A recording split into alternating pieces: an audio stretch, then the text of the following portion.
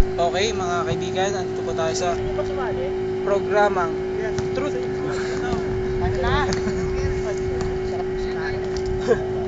Andito po tayo ngayon sa programang Truth or Consequence.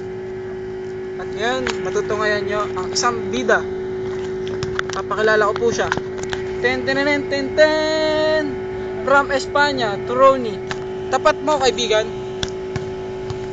Papaaminin natin siya kung totoo nga bang mahal niya si Drex o hindi. Sige. Sa pamamagitan ng, anong gusto mo? Truth or consequence? Truth. Truth. Gusto talaga ng katotohanan, mga kaibigan. Kita-kita niya. Sige, kabayan. Ayun na yung kamay.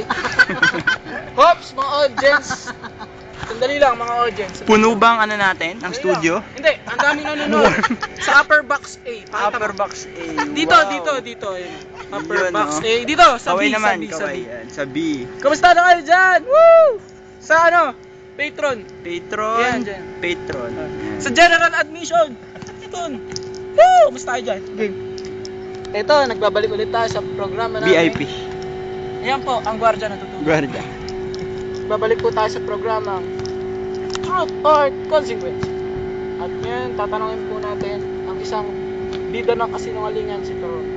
Toroni, pwede bang pakidaupang palad ang iyong mga kamay? Pakinari yung isa. Pabahay, kabayan. mo. Gusto talaga, mga kaibigan, siya na naglagay. Huwag tayong maingay. Oo. Hindi to scripted. Ito gusto yun. Uy, wala pa, mga kaibigan. Kinikilig agad. Ate, ala! Toroni, bawal hindi ah. Oo lang. Bambas pala to, bambas. Tutukan mo. Hindi! Hindi mo mahal. Ano? Mahal mo? Mahal ba si Drex? Mahal ba? Kita-kita, mga kaibigan, mahal talaga. 38. Patay.